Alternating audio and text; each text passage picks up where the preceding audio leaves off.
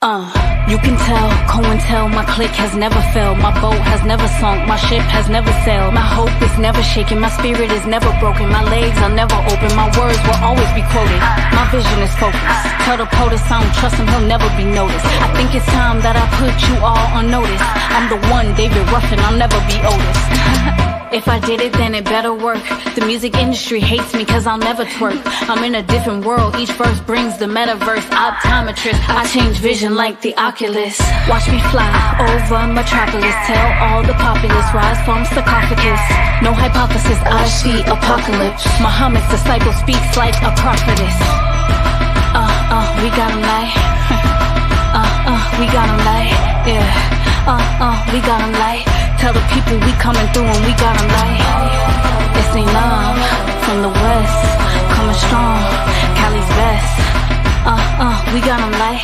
Tell the people we coming through and we got them like. See, I done came from the bottom. I usually choose peace, today we choose violence. And they don't really know what to do. And I'ma keep banging the truth. Lyrically impeccable, irrepressible spectacle. I can turn a vegetable into an intellectual. My ancestors celestial, go beyond the skeleton. Fact checking these rappers, none of these credible. If it don't apply to the fly, it's a hypothetical. It's just the type of that you kicking is unacceptable. If you're not helping me grow, I'm just not available.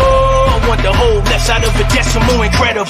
I ain't even hardly reached my pinnacle. Jump in the cypher and turn it into a festival. Bang on the gang till the game need medical. I'ma keep grinding till the it's unpreventable. Middle finger, you haters, for that to be unprofessional. We is just not compatible. I am too undetectable. Put the pedal, the metal, hitting your mental. My pen penetrating your sensory. You looking terrible. Whoa, whoa, all I see is green light bulbs. East New York, Brooklyn, let it go. My light might be an iPhone. Third eye, I see the rival. See my arrival. We got him like. We got him like. Yeah. We got him like. Tell the people we coming through and we got him like. It's that Nick, run the East New York, we run the streets. We got him like. Tell the people we coming through and we got him like. You know. We the creme de la creme. They give us accolades, but that's God working through us. We send praises up to him. Brotherhood tight, sisterhood tight, nation building, team players. We all shooting in the gym. Got the guys with me, got the FOI with me. If we gotta go to war, then we fighting to the death. Not a betting man, but if I was and you ask me who I'm putting my money on, you know I'm putting it on them. Come through, they gotta respect, they gotta tip they hat. Don't disrespect our women, word bond, we a kill for that. In the field working with bullets fly like we in Iraq. I do this for the family, I rap, but this way deeper than rap. Stand up, solid soldiers with me, we don't back though. I don't deal with milk toast brothers like I'm lactose. Every time I come in first, they act like they was rooting for me. Whole time I know they wanted me to come in last though. La ilaha illallah, Muhammad or Rasulallah. If it wasn't for you, I know I wouldn't have made it through Allah. Grant me protection on this mission that I pursue, Allah. I know with you behind me, there ain't nothing that I can't do, Allah. You know. We got him like. We got him like. Yeah. We got him like. Tell the people we coming through and we got him like. It's GC from the shop. FOI till I die. We got him like. Tell the people we coming through and we got him like. It's ain't love.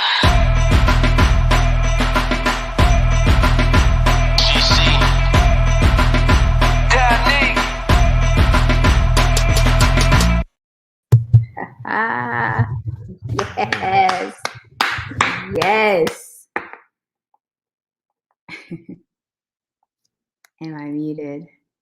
You ain't have no good music to listen to. I just want you to know, there's some music for you to listen to out there, okay? Some music for you to listen to out there. Keep you motivated, keep your spirit up, keep it high, okay? So I want to tell the listeners a story real quick, if you allow me, Dr. Hassane. Sure. Okay.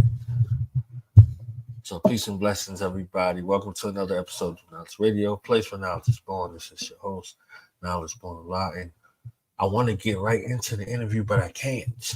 Okay, I'm compelled to tell a story of the greatness of the doctor that is before us. My mother, may Allah be pleased with her, is the greatest black woman that I know. And my mother loved me enough to see fit that I be here today. In the Islamic tradition, there's a story that is told about the Prophet Muhammad, peace and blessings be upon him. He was in the cave, and it was reported that the angel Jibril or the angel Gabriel came to him with the Holy Quran and said, Iqra, Bismi Rabbika A'la. And Muhammad's response was he was not a reader. And twice more, the angel Jibril told him, Iqra, Bismi Rabbika A'la, read in the name of your Lord. And he left the cave and he went home, distraught, perplexed. He thought that he saw a jinn. He thought that he saw a demon. And his wife, Khadija, may Allah be pleased with her, said, you're not tripping, Muhammad. Let's go see my cousin. She looked at that man in a distraught space and was able to discern in his spirit, knowing that his spirit was a righteous man, just in a moment at a crossroads on the doorstep of his calling. And when she was able to extrapolate the righteousness from the fear and said, don't worry about it. Let's go see my cousin. And when my cousin heard what Muhammad had to say about what he saw, he said, you're a prophet.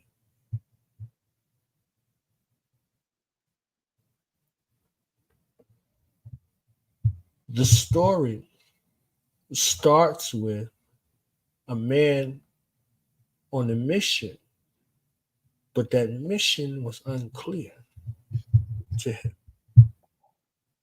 And it took the best part of him to realize who he was before he knew who he was. So we have one of the greatest examples, the second self of Allah, to come here, because this is how our nation starts. The Most Honorable Elijah Muhammad's wife saw a man.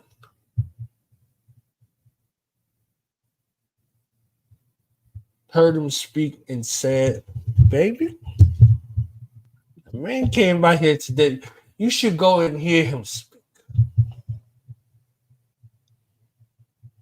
And this is the story of the nation. A representative, the Most Honorable Brother Minister Louis Farrakhan, said that his wife,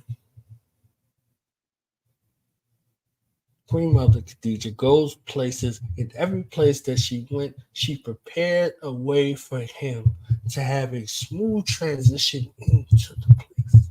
He makes friends for him. The mothers of our nation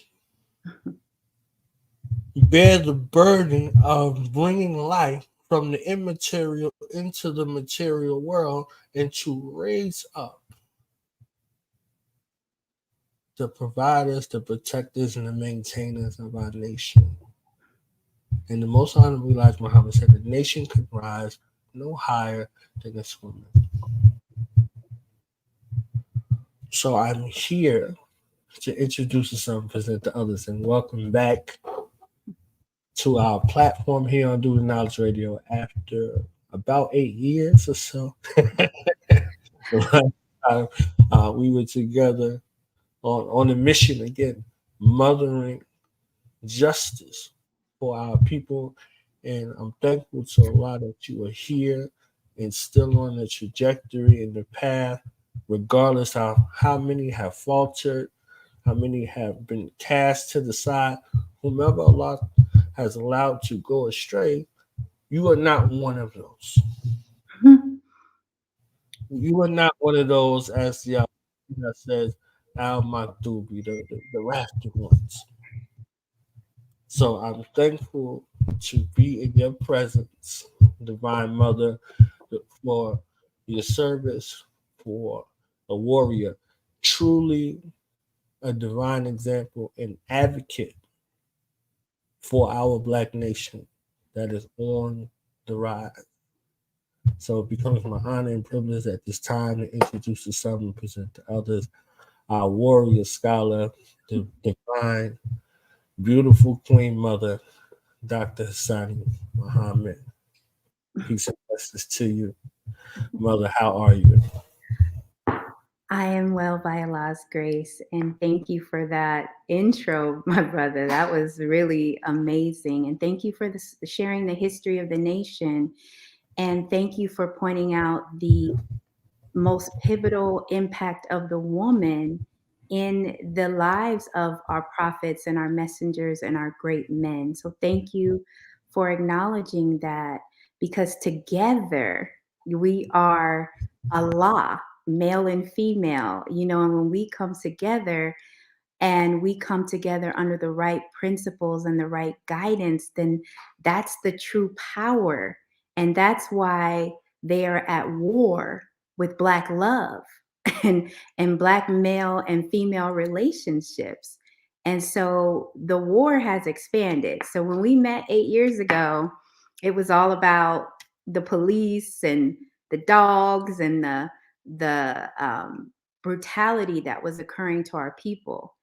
But when I tell you that the war is for the minds of our people now, so there's a war going on in hip hop and the images and all of those things. I want to touch on that.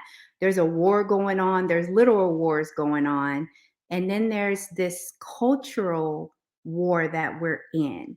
So now there's so many more battlefronts that we got to get into.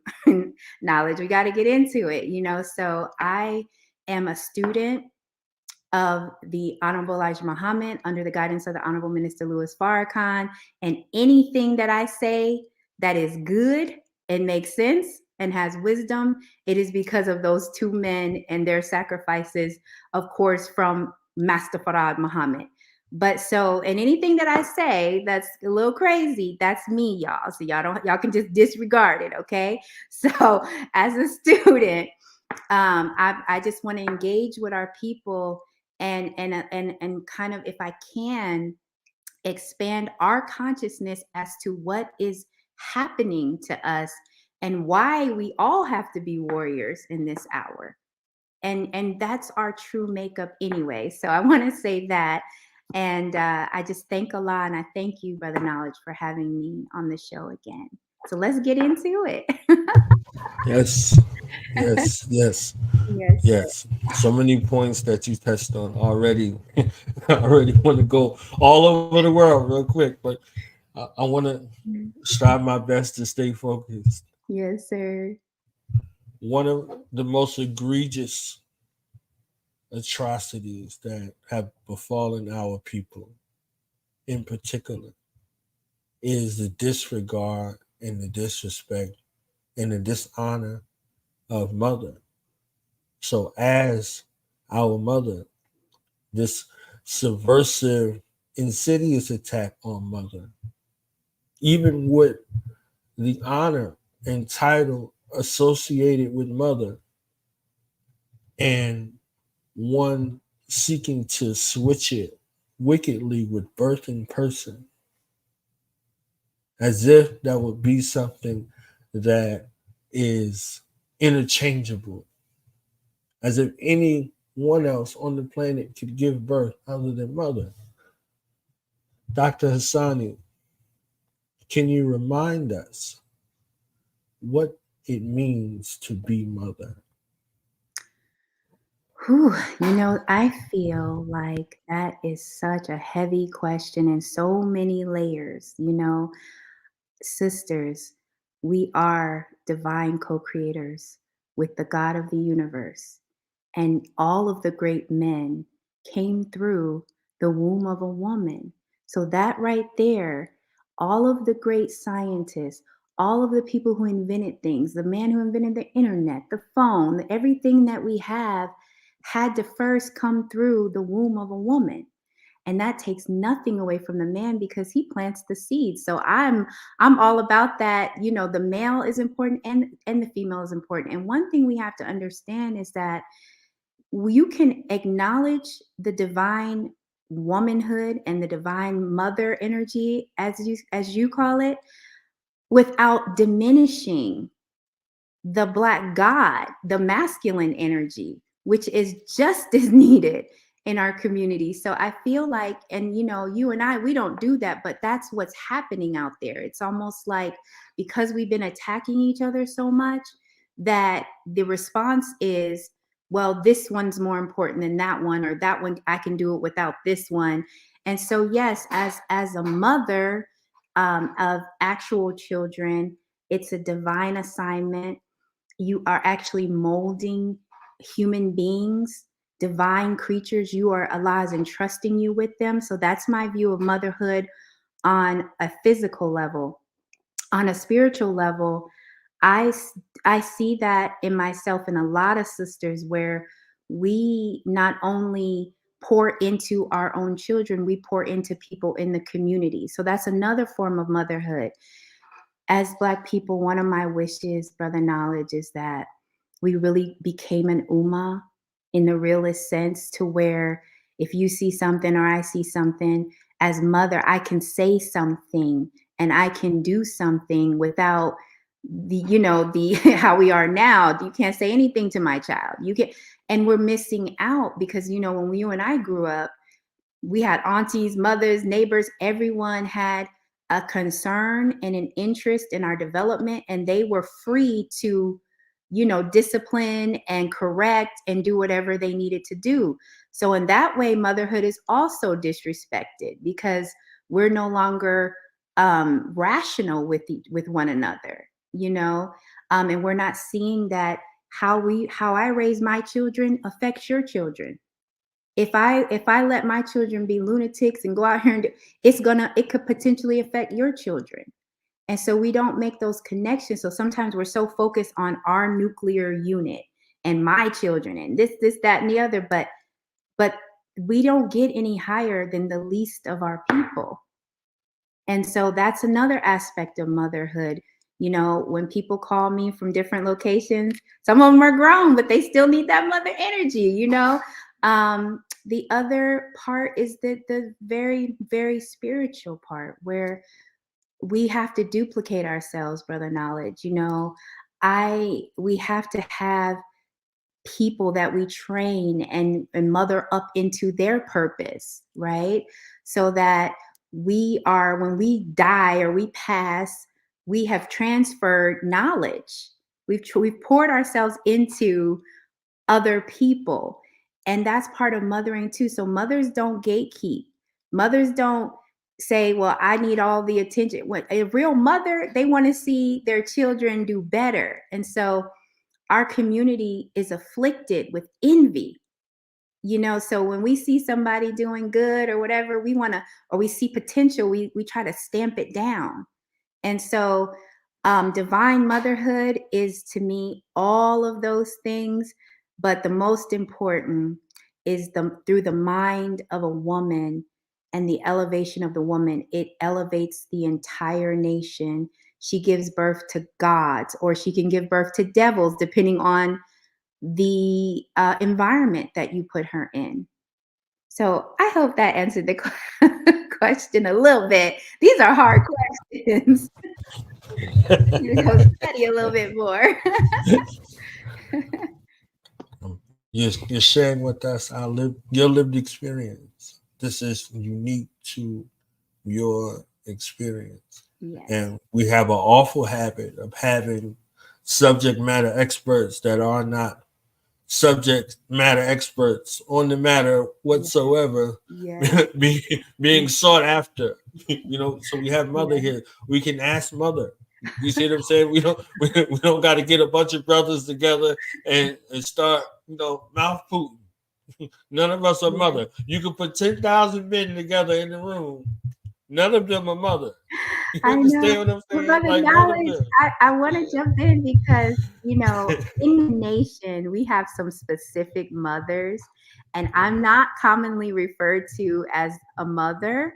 And so I don't want to be disrespectful to our mothers in our nation. Everybody calls me Sister Hassane or Dr. Hassane, and I get where I understand and I respect. I love the respect. Thank you so much. But I I don't want people to think, well, Sister Hassane was mother of the nation. No, I'm not a mother of the nation. I am just your sister. I am just a Black woman, but I am divine, and so are you. So are you. I'm just a reflection of someone who heard a man, and I turned my life and I trusted him to guide me. And it's been on this journey, him continuously bringing out the God in me. So it's in you as well. You just need to be turned and it to be extracted. So yes, if you don't mind calling me Sister Hassane, Brother Knowledge, is that okay? Look at that mother instinct. Look, I got corrected right in front of y'all. Okay, she did it with love. Like, look, don't play with me, boy. Don't make me get this switch off the tree and whoop y'all. Yes. I'm glad you noticed that the love, because as Black people, we're lacking love. And we are so harsh with one another when we make a mistake. Oh, I'm done with it. And we get so in our feelings because we haven't been corrected with love. We haven't been guided with love. We don't know love like we should. So in everything, we should try to handle one another with love. And that's something that I'm striving for. So I'm glad you felt that care, because you are a Black man and you are important to me. And even when I'm trying to, get something across, and this is in relationships, friendships, whatever, I know that Allah came to make and bring the Black man up. And so I don't want to, with my mouth, which can happen, destroy what Allah is trying to create with you. So I'm glad that you acknowledge that you saw it and you felt that energy. That's what I want. If I ever have to, just say a little something to anybody, male or female, older, younger, I try to do it with care and love. Love that. Love that. It's yes. So you are Dr. Hassane. For those who are not familiar with the path of you becoming Dr. Hassane from an academic perspective, can you share the story of your path and what led you on that path educationally, and what were the particular steps that were necessary in order to obtain a Juris Doctorate? Great question. So I'm glad you asked, because we need more Black attorneys. And I, again, want anybody that ever, if you want to inbox me, call me, I'm going to answer the question, but I want to inspire more attorneys, more lawyers. So basically, I went back to school after I had 4 children, after I had, been in the nation, been married, and because it's something that I always wanted to do. And I actually had an incident of injustice that happened to me. I was working, I had given up my dreams of becoming a lawyer, and I was working, I won't say where, because I did sue them. So I was working at this place and I was doing really good. And there was a white gentleman there that, and I'm a very bubbly person. I have this energy. I know that it draws and magnetizes. That's all Allah. But anyway, even then, and so I could tell the youngster had a crush on me. And he, just his thought process was all the way wrong. But what he did was, he kept, making little comments. This is going to be a story about sexual harassment, y'all. This is what this story is going to be about. And so, I was up for like a promotion, like we all were, right? And so the little white boy comes in and he's like, hey, I want to show you something. And I'm like, what? And it was a picture of his penis, right? on the job. Okay. And he was just it just disgusted me. Like I went in the bathroom and I was just like shaking. And I'm sure I said something like, you should not be doing that at work or whatever. But all I remember is just being just completely stunned at the disrespect, at the unprofessionalism, and looking at his pink wanker or whatever he was. Sorry. I was just like, what? I should not be going through this, you know? And so when I came out, I was like, oh, I'm for sure going to report this to HR. Well, he was with my manager, who was another white male, and he was showing him what you could tell, you know, he was like showing him what he had showed me, and they were laughing like it was just this big joke. And so I knew that there was not going to be an outlet for me really to deal with him, because really initially I was like, he's a little bit younger, so maybe he doesn't realize that this is completely inappropriate. Someone's going to need to talk to him. But when I saw my supervisor laughing, and Allah set all this up. See, Allah moves in. We ask Allah for things, and something crazy will happen in your life. Just watch and observe and ask Allah, what are you doing? Right? Because this crazy situation happened to me, and they ended up firing me, Brother Knowledge. They fired me, kept him on. When I complained, you know, it sounds like, does that really happen? Yes, it really happens. They fired me, and I had been sending all my accommodations and all that. I already knew what was going on. So I found a lawyer, and she was one of the baddest lawyers in Iowa, and she was an older lady. And she actually got me a settlement because I was wrongfully terminated. And I was looking at her and I was like, you know, talking to the lawyer, I always wanted to be a lawyer. And how she came through and she was like fighting for me. I was like, oh my God, you know, and she was putting the fire under them, you know. And so I said to myself, well, I said to her, I said, I always wanted to be a lawyer. And she was like, what's stopping you? I was like, well, you know, I'm in my 30s and da da da da. And she was like, and you have the rest of your life to be a lawyer. So even if it takes you 3 to 7 years, and I'm saying that, people, I want you to hear me. It doesn't matter if you're in your 30s or 40s or 50s. If there's something you've always wanted to do, then why not sacrifice those 5 or 6 years that are going to go by anyway and live the life that you've always dreamed of, that you always wanted? Who gonna stop you? You know what I'm saying? Who gonna stop you? And so that's what led me. So of course I got a settlement, right? And you know, at this time my husband's working, he's doing his thing, and he's like, okay, well then go to law school, because now I have a cushion where I can go. And so the steps, to the people that are listening, to get a law degree, you do have to have a bachelor's in most almost 49 or 50 states. You have to have a bachelor's, and then you have to do 3 years of law school. Before you get into law school, you have to take a test called the LSATs. And you have to score pretty high on the LSATs to get into a law school and get it paid for. And then after you graduate from law school, you have to take the bar, right? So there are tests going in, tests going out, you know, for you to qualify. And the tests are difficult. But I mean, we were made to face difficulty. And if you don't make it the first time, there are people that took the bar 4, 5, 6 times and they finally passed it. It doesn't matter about how many times, as long as you get there. It doesn't matter how many times you fall down on your goal, whatever your goal is. As long as you don't quit, I believe you'll eventually get there.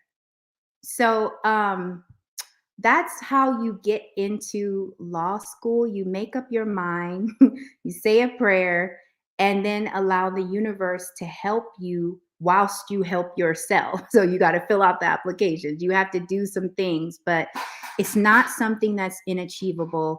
If I could do it as a mom of 4 young children, I feel like anyone can do it.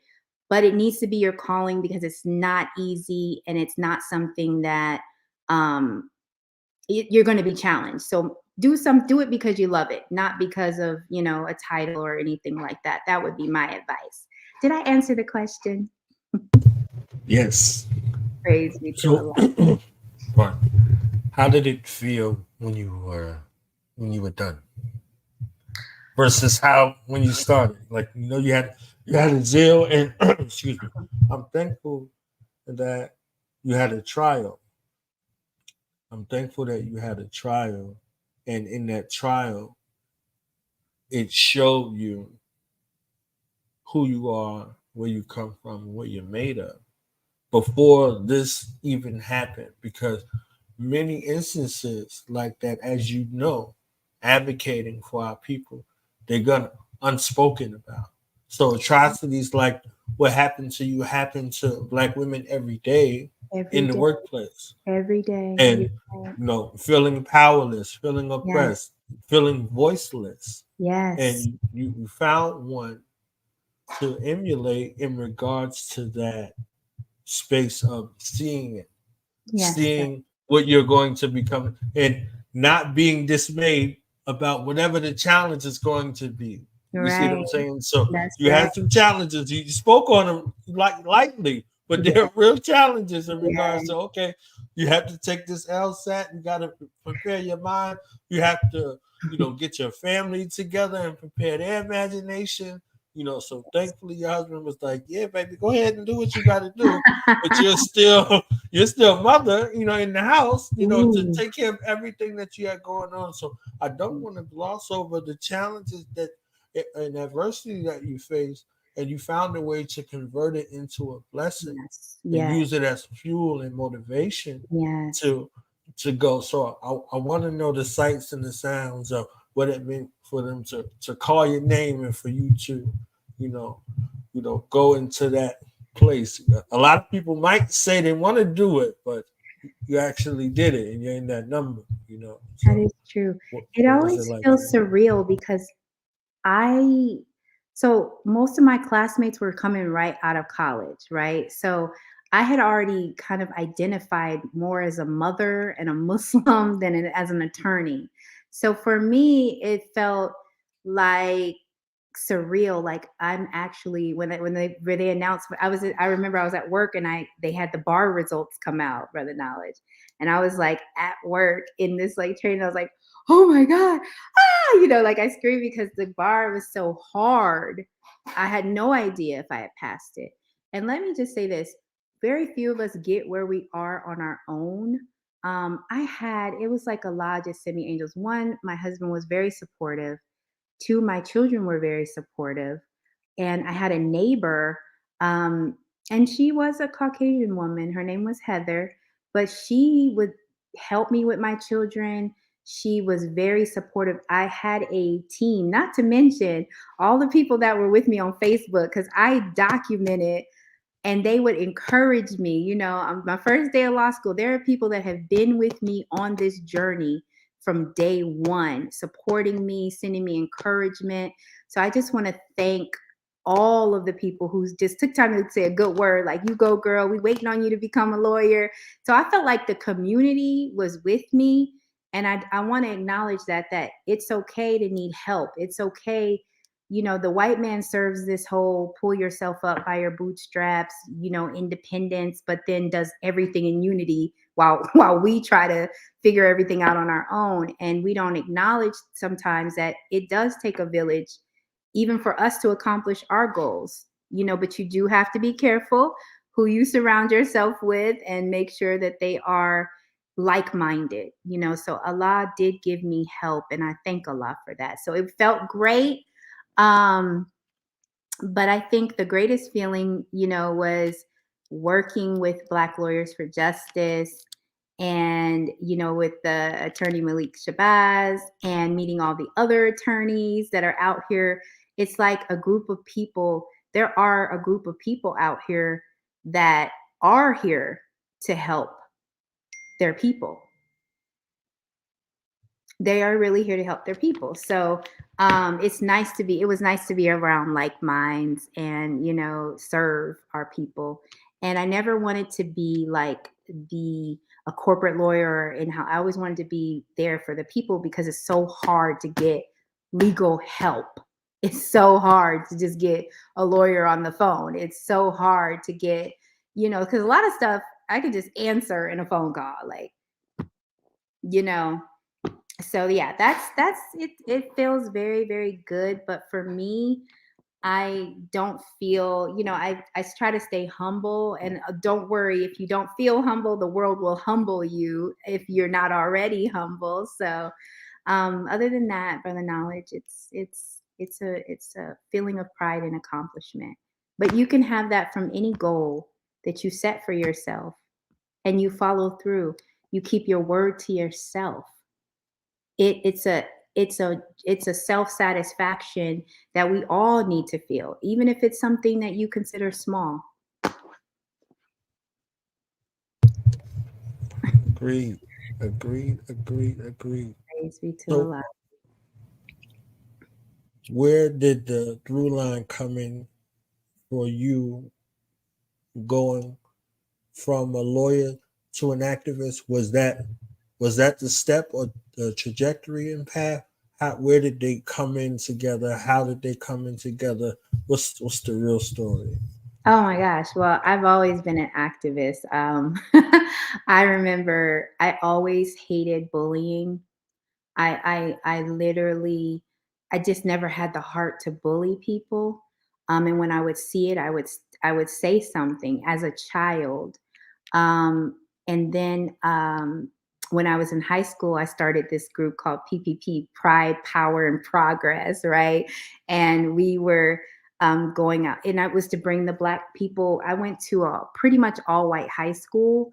And so PPP was started. I was like, we don't even talk to each other. The Black people, we don't even talk to each other. So I started that, and I organized the Black students at our school to go and do service. This is before I came in the nation or anything.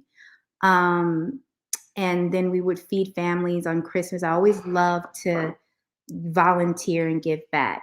And then when I was in undergrad, there were some racial incidences happening at Grandview University where I went to school. And again, they had the Black athletes off to themselves, right? And then they had the rest of the student body, and barely anyone spoke to each other. So I started the first Black Student Alliance at Grandview University.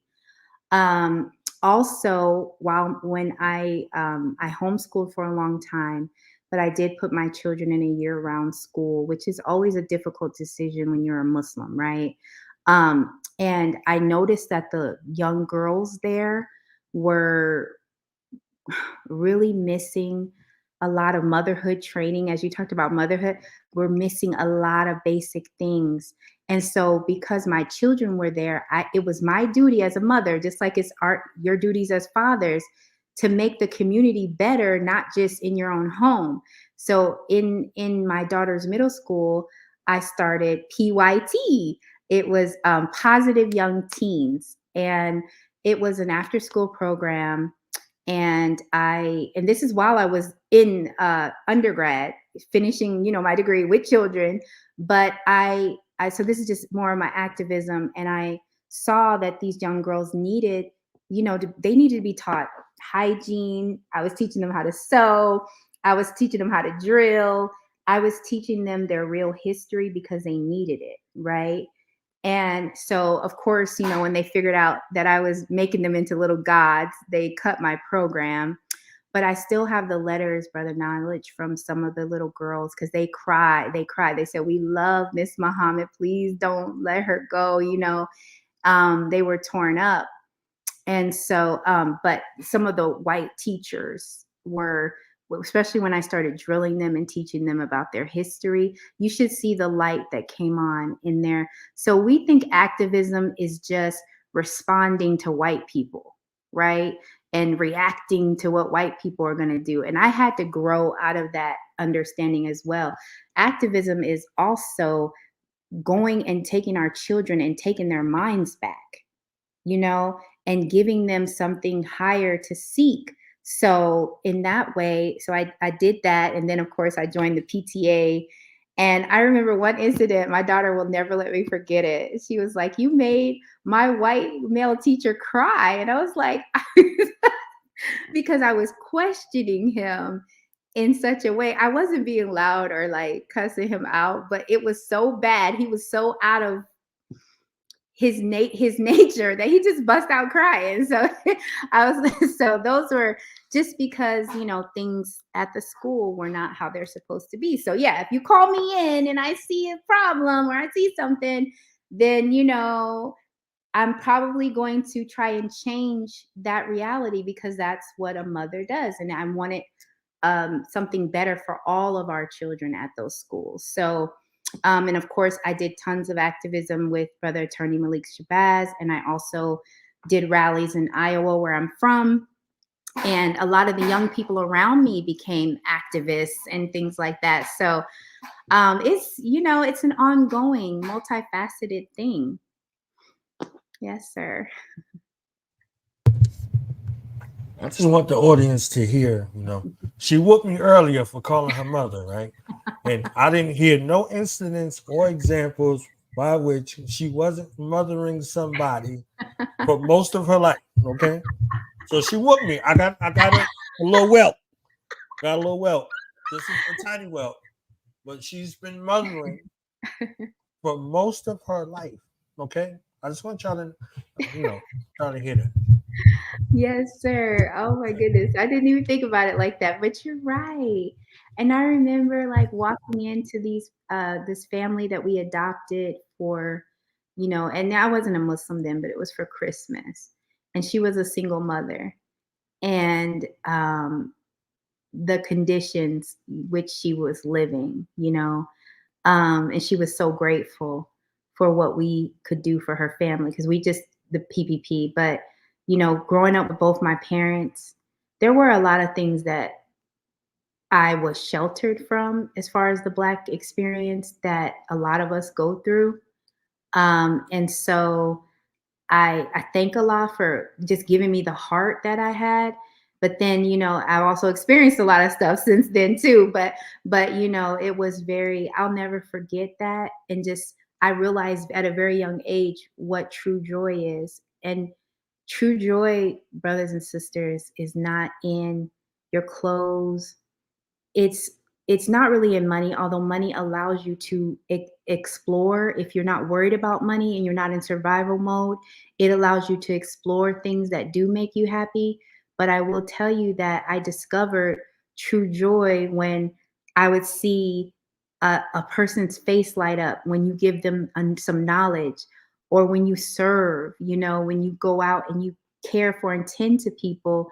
It's a type of joy that gifts, yeah, that's fleeting, you know, but walking in your purpose and helping others, the times that I've experienced true joy, and whenever I really need true joy, I serve and do good deeds. You know, the Holy Quran says, believe and do good deeds. Belief and over and over and good deeds. So the two go together. So if you believe, then, you know, monitor your good deeds. And as the Black community, because could we use more good deeds to one another? I'm just asking. We could. We could. Yeah. Yes. Yes. Yes, sir. Yes.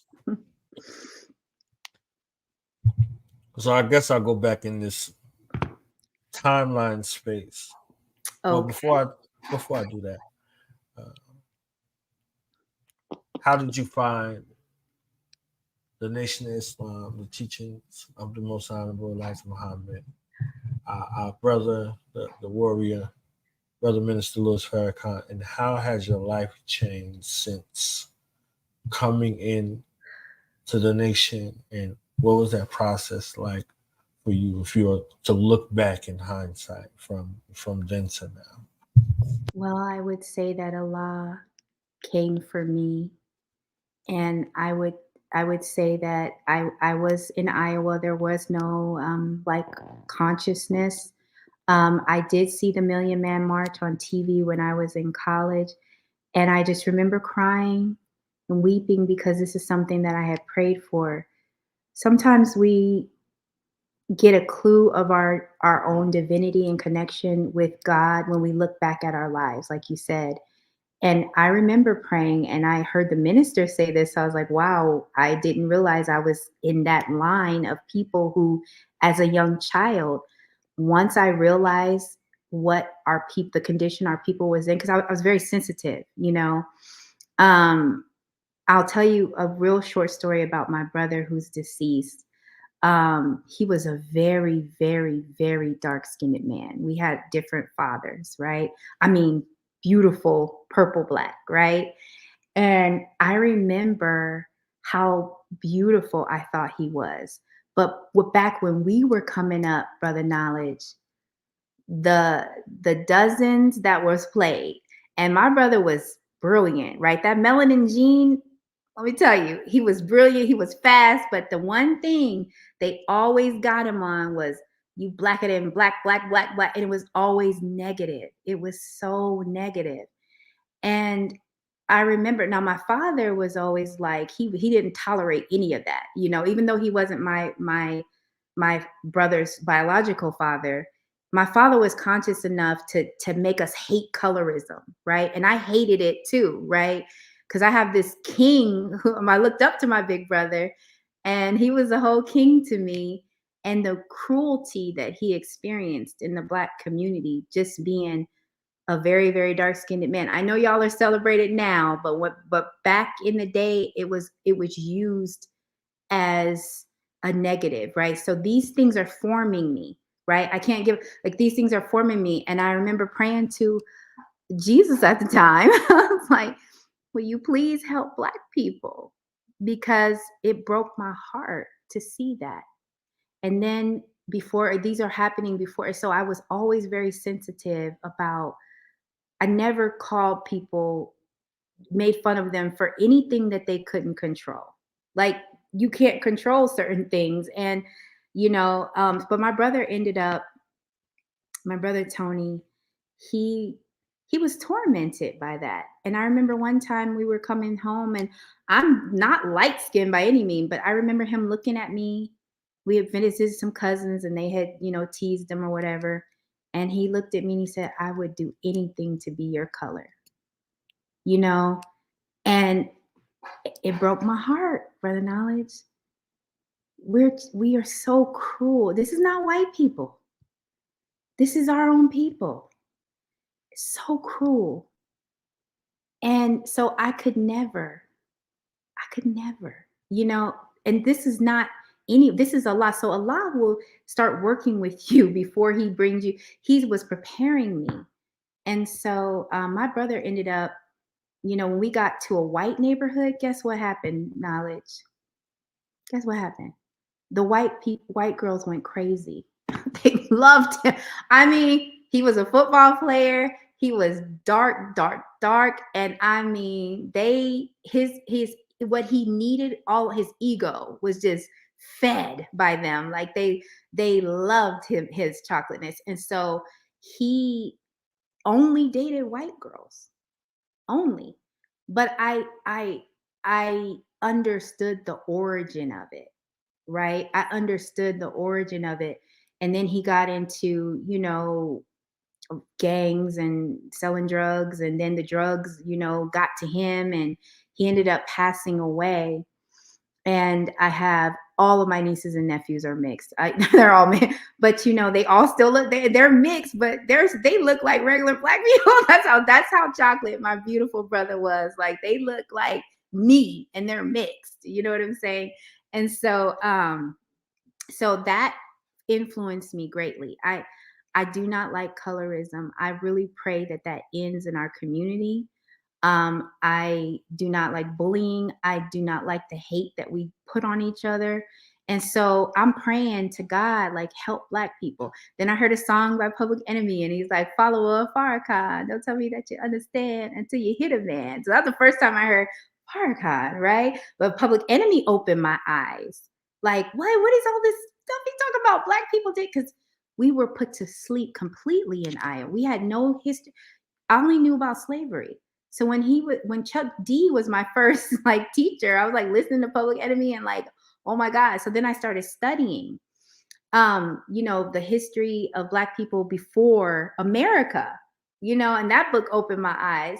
And so then I saw the Million March. So Allah was just breadcrumbing me, as I said in my other interview. He was dropping seeds on me. And then I found this book, The Theology of Time, in college. And then he made me run into Muslims. And it just kept developing. So I was still trying to fight it, Brother Knowledge. You know, I had the brother that was bringing me in, you know, I was in my college years, right? So I like to dress crazy, you know, the stuff that they push on us that we think is us, like, oh no, but I'm gonna show this and do that and do this. And I'll tell you how you know when God is coming up in you. So I was working at a clothing store and I had been dealing with the Muslims, but I was still like, oh my God, I don't want to go all the way in, you know? And so the brother was driving by and I was dressed completely inappropriately, right? But for some reason, I felt like he could see me from the street and he could. And I ducked down because I did not want these Muslims to see me dressed crazy.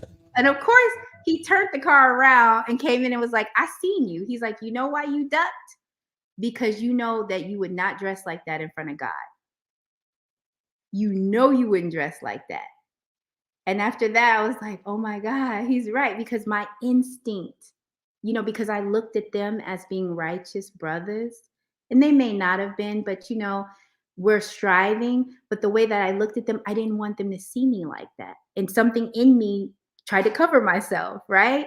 So all of these things let me know that I was actually being changed from the inside out. So, you know, I ended up joining in November 16th, 1996. I got my ex. So, yes, sir. In the little town of Iowa where there's very few Black people. Yes, we did it. Yes, sir. So you remember that day vividly, receiving your ex. Oh, yes. Oh, yes, I do. And it was like when I saw the Million Man March and, you know, the Malcolm X movie had come out, you know, all these things, I knew that I wanted to be part of the part I left out. And this is important because anything that you do, you should test it. You should test the wisdom, test the knowledge. And I did study and debate for like a whole year before I said, okay, I've ran out of arguments. These people got the best arguments on the planet. I mean, you can't argue with a Muslim. I mean, we know the Bible, we know the Torah, we know everything, you know, not that we know, but we study everything. So, you know, I'm thinking I'm going to defeat him and show him something. And no, every conversation, I was becoming more and more convicted to the point where I ran out of arguments. I literally ran out of arguments. So I'm like, oh, okay. I guess this is it. I guess this is it. Because I never was at peace with science and religion not matching. I was never at peace with common sense, and certain things just didn't make sense to me. One part of the Bible would say this, the other part would say that, and it would bother me because I was inclined always to know who God was. I was looking for him from the day that I was born. My family didn't go to church and things like that, but I still found a way to read the Bible and to pray. You know, it's always been a part. So we're formed in the wombs a lot of times. So it's hard to sometimes point to one particular person or one event, Brother Knowledge, because for me, I see how Allah developed me and brought me along. Mm-hmm. Yeah. It's a birthing process. Yes, you know, sir. A mental birthing process, a physical, a spiritual, an emotional, Mm-hmm. you know, a psychological process. All of those are wombs. And this is why in the Islamic tradition it says, and don't cut off relations with the wombs that bore you. Mm. And you shut the universality of it because Allah chooses whom he wills.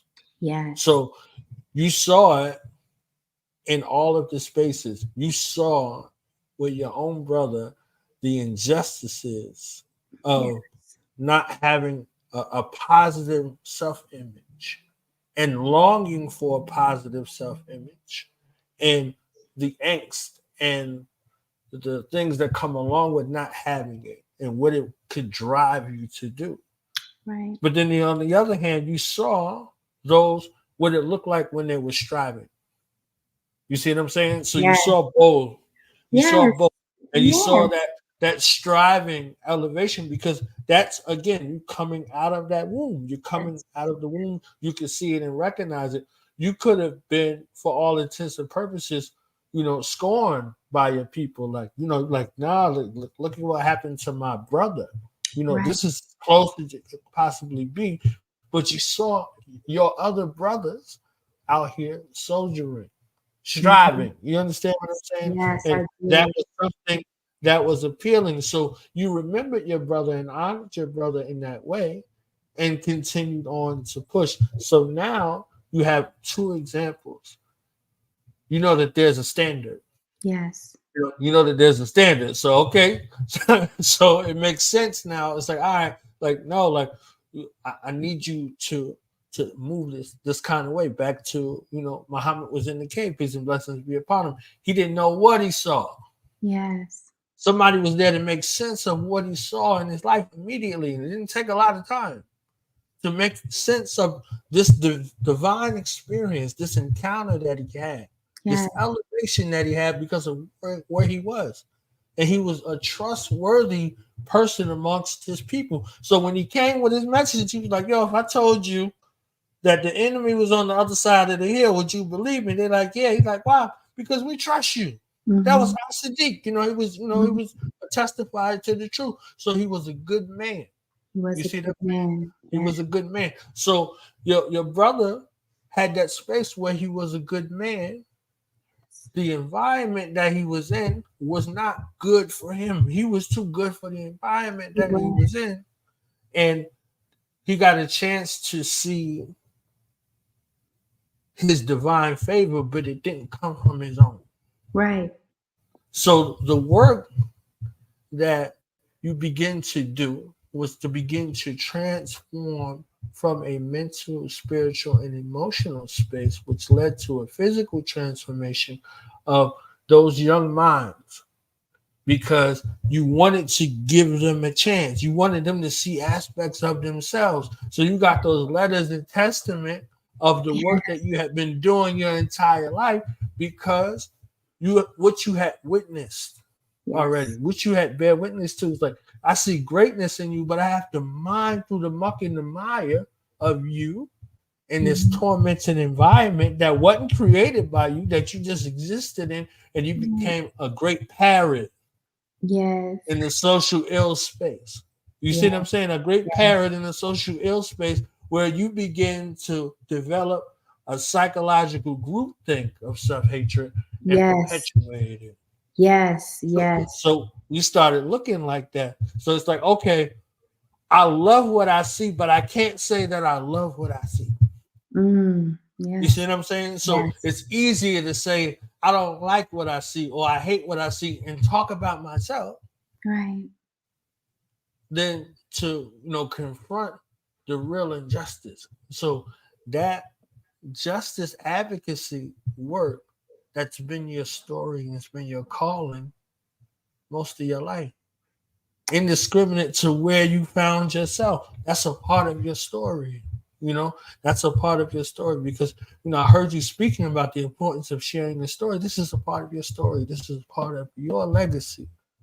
And I'm thankful to Allah to be able to put that on your heart and your mind and your spirit, and push you in those spaces. So if you look at it like, okay, I'm not working here no more. Oh, lawsuit, boom, lawsuit, from lawsuit to lawyer. Yeah. You see what I'm saying? So then advocating for justice, where there are injustice. And that took me to some places that was favorable, into some places and some experiences that was not so favorable, because only Allah would be able to deliver you from those places. Exactly. And can I say something about that? Brother Knowledge, first of all, you are really like, the way you're positioning my life and your viewpoint is really feeding me. It's really nourishing me. It's really giving me another perspective. So thank you for I feel like Allah is using you to help me see myself better. So thank you for that. Because sometimes when you're just living your life, you don't really put all the pieces together. And I've been asked that question, but the way that you are seeing me is definitely giving me some new thoughts and new perceptions. So thank you for that. I'm very grateful. I want to say this because as Black people, we are looking for something. We're looking for a way out. We're looking for justice. Not everybody is coming in the nation. But I want to tell you that even in the nation, there's instances where that justice thing had to come out, right? So I don't want anyone to, the Nation of Islam is right and exact. I'm going to say that. But the way we're still, so I'm coming in and I got a bunch of problems, right? Right. Just because you take your shahada and you whatever you bear with that. Okay. We all know that doesn't make you perfect. Right. So within the thing that I loved, there was instances of injustice. And like you said, it's like, I could have hated Black people because my brother dealt with self-hate and I saw him die from it. You see what I'm saying? And I saw the people who inflicted it. I saw the gang lifestyle and it was Black people. And so I could have taken that and, become Candace. Oh, no offense, Candace. Let me stop. I don't mean it. No, I'm just saying I could have taken that. I actually like that. Since it's not, let's scratch that. But I'm saying I could have went in a different direction, because of the pain.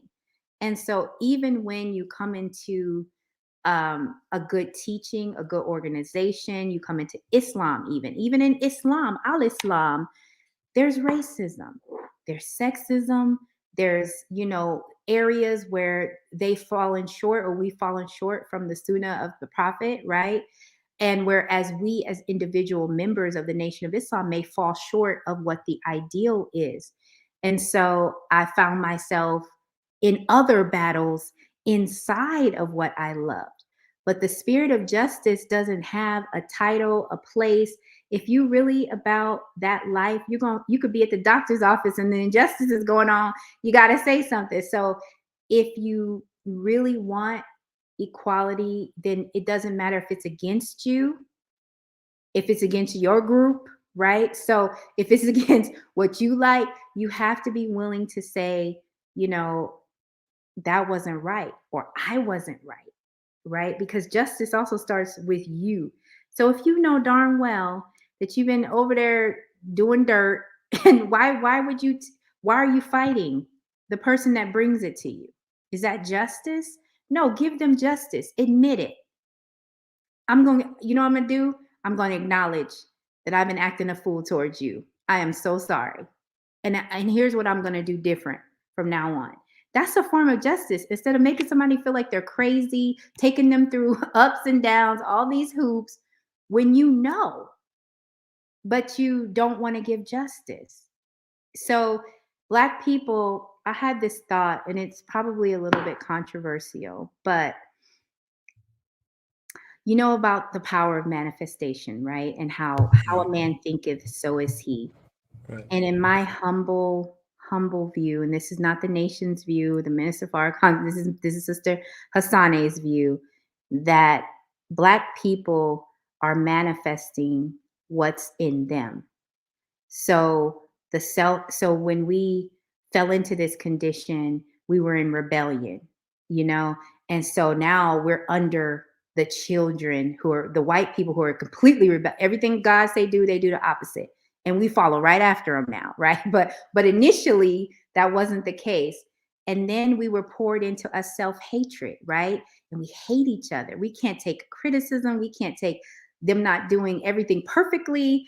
And so then, but guess what? Now we're hated by the whole world. Everywhere you go, the darker people is hated by everyone, right?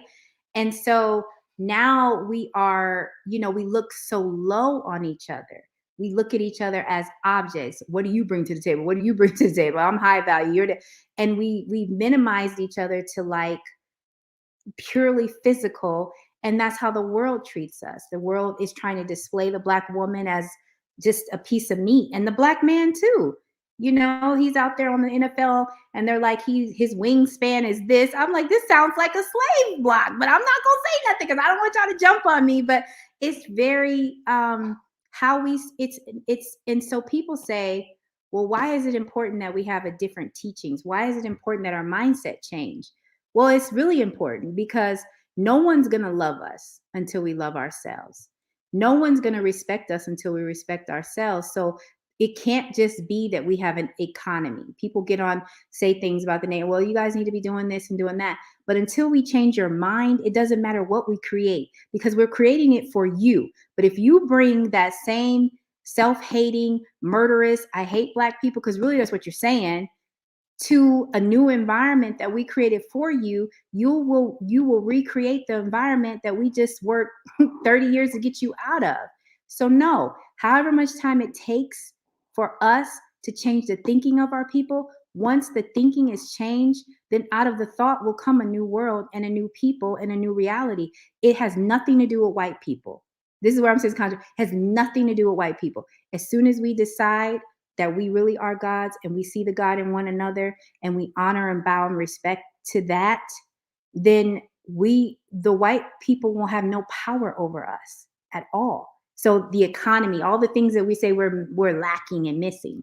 How can I unify with a devil when I don't know if I walk down the street, you're going to rape me or you're going to steal my purse or you're going to kill my son and I know it's going to be another Black man more than likely? How can I unite with you if you don't have a set of principles and characteristics that you govern your life by?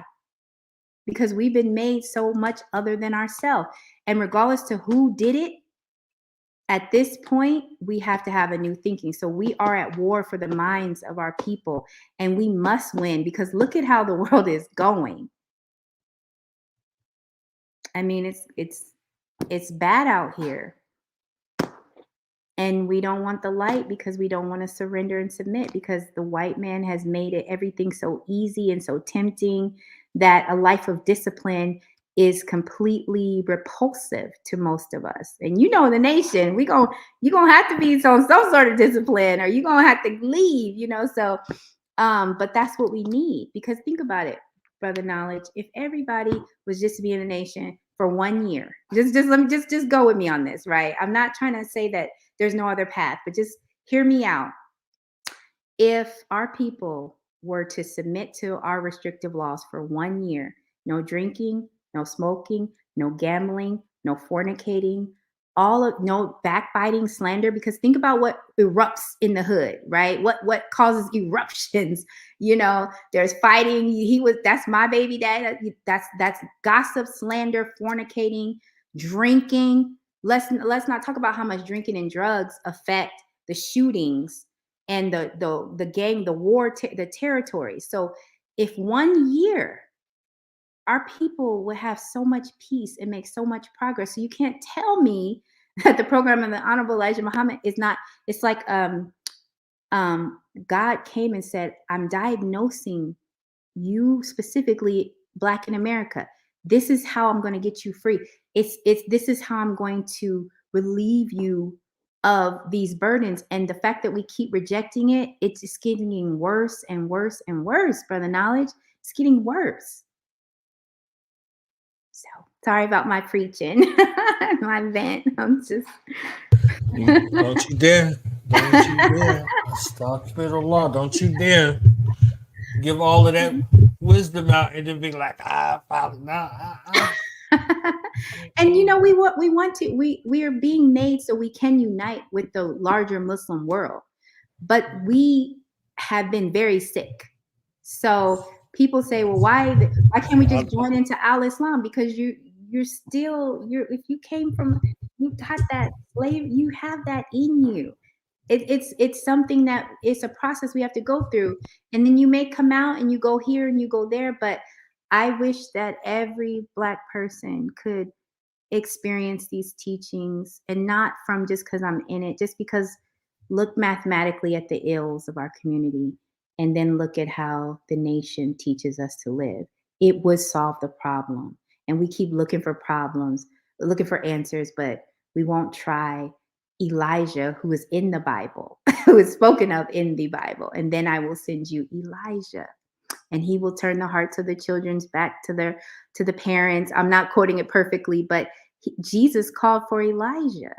And so the Honorable Elijah Muhammad came. His mother's name was Maria, which is Mary. He came. He had a 3rd grade education, but yet he was given the measurements of the earth and the universe and the sound and atoms and things before the white man. So you telling me that the scripture where he's talking to Abraham and he said, your people will be lost in a strange land for 400 years where they will serve them and they will afflict them.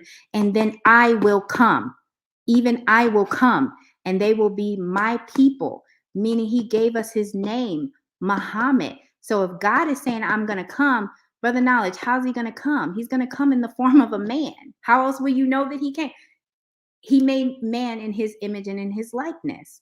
So my prayer as a child was, God, are you going to come help Black people? And so I had to leave behind all the teachings that I had about God being a spook and God being other than man. And that's hard. That's hard for a lot of us because we're so flawed, right? But we're not talking about a man, like we're talking about a supreme being, but we're all beings. And the goal is for us to become one with the one God. And then we reflect him. So we are God's too, but only through surrendering and submitting to him. But he had to come. He came for everybody else in the Bible, all the books. He comes to everybody that's oppressed. But you're going to tell me that God won't come for Black people in America who have had the worst condition, the absolute worst, but he just not going to come for us? So that helped me also because, again, it's justice. How is that just? How is that just for God not to come or raise a messenger? And every time he raises a messenger, he raises them from his own people. But we are so full of self-hate. We just will refuse. I'm going to skip over. I got to go to Prophet Muhammad because I can't deal with a Black man. I can't.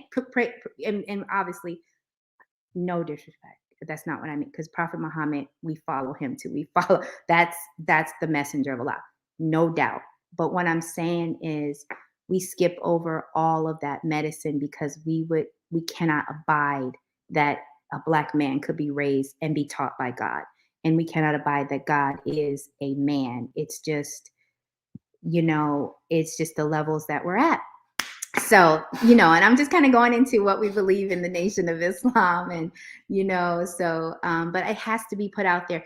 You don't have to accept it, but it needs to be said, that God did come for you. And we say he appeared in the person of Master Farad Muhammad. Far is also a unit of energy. It means one obligated to obey, but there's mathematics and science in it. He's from the line of Muhammad. So if God were to come, was he going to come as a camel? Was he going to come as a donkey? Was he going to come as a thought? I mean, come on, 8 out of 10 of our thoughts are wrong. So when we talk about spirit, thoughts create spirit, right? If I'm thinking a certain way, if I'm thinking negatively, then my spirit comes down, right? If I'm thinking positively and high thoughts, then my spirit is energized and I have a high spirit. So, I mean, how can he come to deal with the problems of man and he's not a man? That doesn't make sense. So that's one of the reasons that I love Islam, because Islam is mathematics and it can be proven in no limited time. So I'm preaching again. I'm not going to apologize this time because you said don't apologize. That's what I'm talking about. Look at God. Okay. Look at God. You see that? You've seen the Muslim. Come on, Black people. Y'all didn't see the Muslim. Y'all can't tell me. I look at the Muslim like these people are glowing. These people are not aging. These people are like, what is going on? You just look at them. Just look. Just look. And you can tell that something different is going on with them. And it's not just all good-looking people join the nation. That's not. It's just something.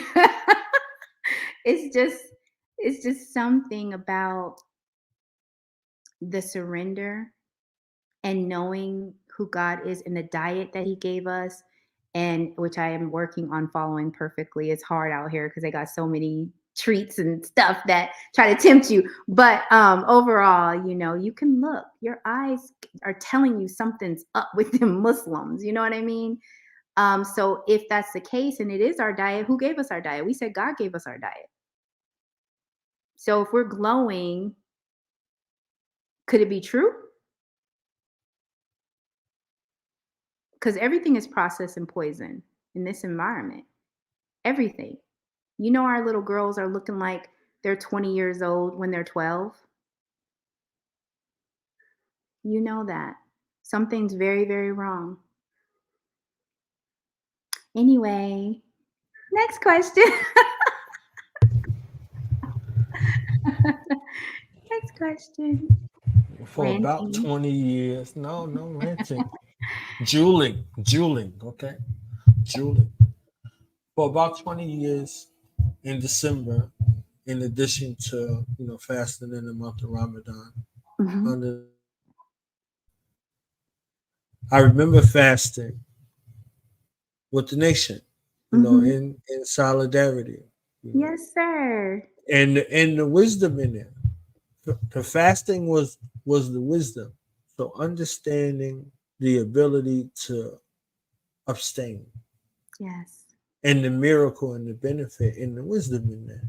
Yes, sir. The most honorable Elijah Muhammad revealed, because I was on one of the shows, I believe, with our brothers from Crow, Brother Munir, and Oh, I yes. had Yes. I had an opportunity to talk about one of the greatest gifts from the Mhm. most honorable Elijah Muhammad, and I said it was fasting.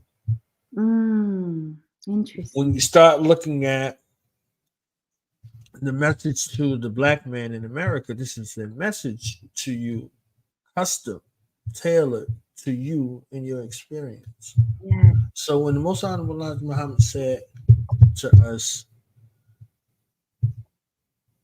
eat one meal a day, Mhm. one meal every 3 days. Mhm. Black people were starving. This was the time of the Great Depression.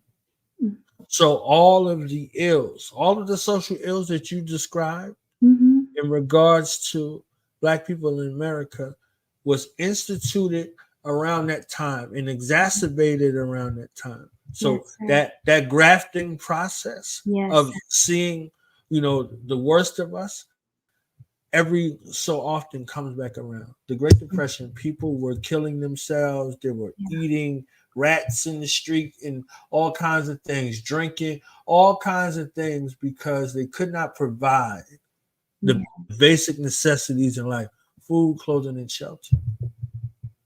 So the most honorable Elijah Muhammad, in his wisdom, understood our psychology from his own self. Yes. Yes. And he said one meal a day, one meal every 3 days, Mhm. and made that righteous. Mhm. So to transform people from the inside out, to clean them up from the inside out, given this prescribed law in an environment where people are going crazy about not eating. Mhm. They're starving now. To take the set ability of transforming starvation to Mhm. fasting and Mhm. making it righteous. Mhm. So now you're righteously existing in a space. You're tormented mentally and physically, but you are gaining power and you're causing that mind space to Mhm. allow that body space, which is the Muslim, to Mhm. submit to the will of Allah, which is the mind, right? Yes. Yes. So this prescribed law to master the ability to not be led by your stomach, which is your other brain, Yes. to master that space and be able to walk upright and not fall victim to the devil civilization, because the devil civilization has been crumbling as it was prophesied that it would crumble. So you don't get caught up in the mix seeking to do something like eat. And you talked about the social ills and the violence and all of these other things. Isn't it still the same reasons? I got to eat. I got to feed my family, blah, blah, blah. This is why you'll do anything. This is why you'll do anything. This is why you'll say anything in that same space. So that ability to be able to see all of these things and abstain from them Abstain from them mentally, physically, emotionally, spiritually. Abstain. The ability to say no to that was something that transformed us from the inside out. And then you look at the wows and the whisperings in regards to December. And when the corporations are looking to make that extra profit that or make up for the profit or the loss that they had throughout the year, and reverse engineer your mind to say that they are the provider of those things that are good, them being in your life and putting you into torment and debt is something that is a blessing to you. That's a gift. So that wisdom of being able to say abstain, because you taught us that we are people of sport and play. And Dr. Hassane, we still are people of sport and play, right? One of those other things that our people are being whispered into is the sport and the play aspect. Always playing, those two pieces of steel, one with a piece of magnetic. That's how the devil is made. You understand what I'm saying? So people of sport and play, right? So this ability to go out and to be predatory on one another, that's for sports. So we call it the dozens, right? A people of sport and play. The ability to be able to exist in that environment and know that those things exist and abstain and say no and find nobility in that no was something that was a gift and that was a blessing. So there's a recognition that comes along with saying no. So this glow is similar to what they say in the Islamic world when you pray 5 times a day, that prostration mark that comes down on your forehead. Yes, sir. And it was said that it will glow on the day of Yom Kippur, the day of standing, the day of judgment. So that prostration mark is hard. You understand? But it's something that's hard, but it's something that is a distinguisher.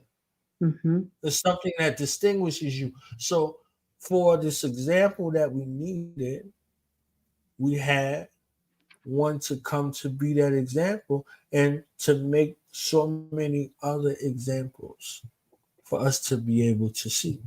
Yes, sir. Not from going to get something in the way of achieving it in that kind of way, but going to get yourself. Yes. And to see the results of grabbing a hold of self, to get back in tune and align with self. Yes, sir. The greatest gift, that victory right there. So listening to and gleaning from this master psychologist who would know us, who would have the remedy for our affliction and administer it to us. This is why we got the ministers, right? To reverse engineer the duty of the minister, as our lessons teach. You see what I'm saying? Because there was a duty for the minister, the doctor, the nurse, and the cremator. And we still see them being dutiful to their duty. You see what I'm saying? Yes. So, just administering this proper dosage of medication for our affliction was something that gave us that in that prescription, in regards to fasting and abstaining, removing ourselves from the temptations in that space and be able to, stand in that space. So yes, sir. Okay, I think I have time for one more question. I only got one question left. You understand? I already know. Yes, sir. I want to thank you. I'm thankful to Allah for your presence here today, for your jewels, for your love, for your mothering, for your sistering. Okay. Yes, and standing on truth. Yes. Praise be to Allah. Praises be to Allah. So looking ahead, Dr. Hassane, what legacy do you hope to leave for future generations, particularly your own family and community? Wow. I would like to leave a legacy rooted in love, but reversing, as you said, breaking all the generational curses. I would want to leave a legacy of our children, all of our children, knowing from birth that they are God's, being completely empowered. That is what I want to leave as a legacy. I want freedom, justice, and equality, a full and complete freedom for all people, but starting first. And I know I'm quoting the Honorable Elijah Muhammad, but I've been feeling that in my soul since I was a child. I want justice applied equally to all, regardless of creed or class or color. If I could be a part of moving that forward, seeing our children come into their full power, seeing our brothers coming to their full power, seeing our sisters coming into their full power and giving each other freedom, justice, and equality, then I would, be a happy woman if I had a part in that legacy. I love it. All praises due to Allah. Final thoughts, acknowledgments. I would love to always have want you to back shout again out. because I got like 27 other questions, I but I know, knew I that the time know. I was like, all right, We're doing a little over an hour. We're at an hour 25. I just, I always love to, I'm in Phoenix, Arizona. I'm in Muhammad's Mosque number 32. I'm under the leadership of Brother Student Minister Abdul Halim Muhammad, and I'm in his ministry class, and I'm so grateful. So I want to give a shout out to all of my believing family in 32, and I thank Allah for all of them. They have been nurturing me. It's just the environment, the love that they show. I'm very, very blessed to be amongst the desert dwellers, be amongst the desert dwellers. And I want to give a shout out to my family and to my dear friends, Sister Kaya, Sister Anita, my nephews, Gaddafi, Muda, Taraj. Hey, I got y'all names in this time. So many of my sisters. I can't name everybody, Brother Knowledge. We have another 2 hours on this call, but my children, Aziza, Mecca, Naz, and Farah, all of the people and everybody that's listening. Thank you for your ears. Thank you for listening. And, I pray that something that Knowledge said or something that I said sparked, kindled that God fire in you, even if it's just a little bit, if we keep pouring into each other. So I want to thank everyone who tuned in. And even if it's just one person that caught a spark, all praise is due to Allah. All praise is due to Allah. And where can people find you? They can find me a few places. You can find me on Facebook at Dr. Hassane Muhammad. You can go to elitelegalservices.com. You can also find me at themuslimmediator.com, the Muslim Mediator. That's probably the easiest to remember. So if you need any legal help, any mediation help, anything like that, just go to the Muslim Mediator or elitelegalservices.com, or you can call. Our number is 480-772-7291. It's 480-772-7291. Don't you go to the white man first. You need to come see your sister. You all should be coming through me first. And if I can't help you, I'll send you to a lawyer that can help you. Okay. But come to me first. All right.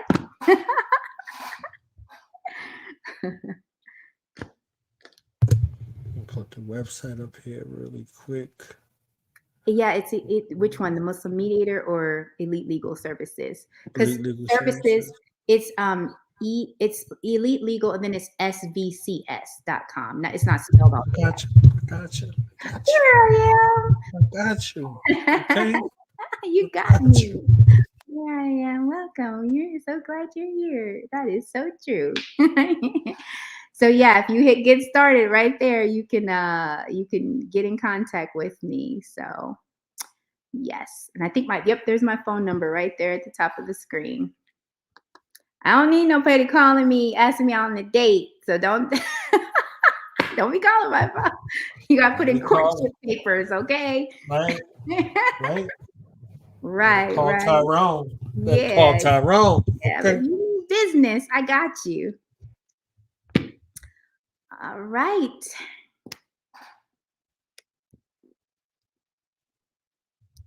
Thank you for putting Dr. that up. Hassane, thank you. Yes, you're welcome. Thank you. You're May welcome, Allah sir. be pleased with you Yes. and your divine family Yes. for your life, for your sacrifice, and for all that you do for the sake of Allah, and grant you with the greatness of this life and the hereafter. All praises due to Allah. Thank you, Brother Knowledge. May Allah bless your show to grow and continue and thrive. And thank you for the opportunity. And thank you for making my day. Okay, I'll need you back for a part 2 because I'm telling you, I got like 27 more questions. Okay, that's fine. That's fine. I know you're busy and stuff. You know what I'm saying? You can jot me in one of these days. Oh, I'm just your sister, so I'll make time. If it gives me an opportunity to serve and talk to our people, then I thank you, and it's an honor for me. So thank you, sir, for allowing me to speak a little bit to our people. All right. Assalamu alaikum. Wa alaikum salam, sir.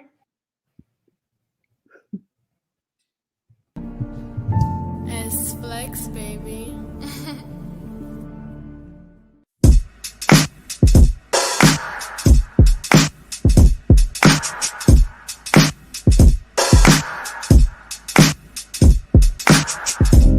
Vocally scope meticulous diagrams from the true and living son of man.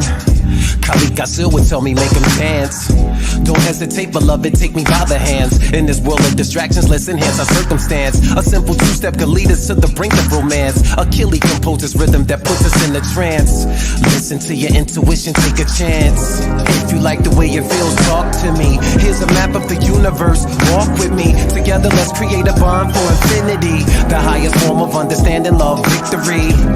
If you like the way it feels, talk to me. Here's a map of the universe, walk with me. Together, let's create a bond for infinity. The highest form of understanding, love, victory. Electric incompatibility, connected to each other mentally, not to mention compelling physically. I love the way you move rhythmically.